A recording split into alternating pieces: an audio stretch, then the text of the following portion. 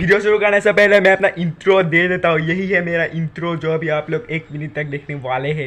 उसके बाद आप लोगों को रोस्ट दिखने को मिलेगा, ओनली रोस्ट।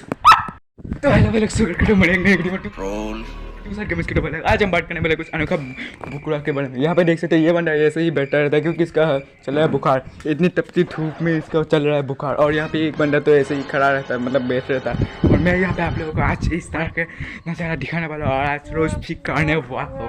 मैंने अभी तक वीडियो में क्या कहा आप लोगों को शायद कुछ भी समझ में नहीं आ रहा होगा।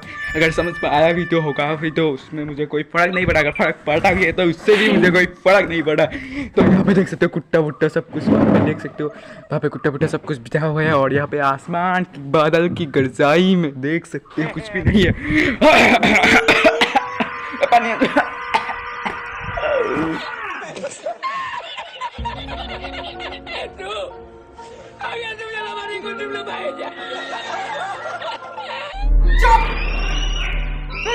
अभी हमारे घर पे लाइन नहीं था, लेकिन अभी लाइन आ चुका है। यहाँ पे देख सकते फ्रेंड कितनी स्लोली घूम रहा है, मतलब घुमा रहा है।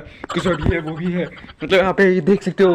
इसको तो 3 बार देखे, फिर भी देख सकते हो यहाँ पे बादल काला काला हो चुका है, काला काला मतलब बारिश आने वाला है आज के दिन। पानी नंदी। तो गाइस फैन के नीचे बैठ कर हम लोग करने वाले रोस्ट।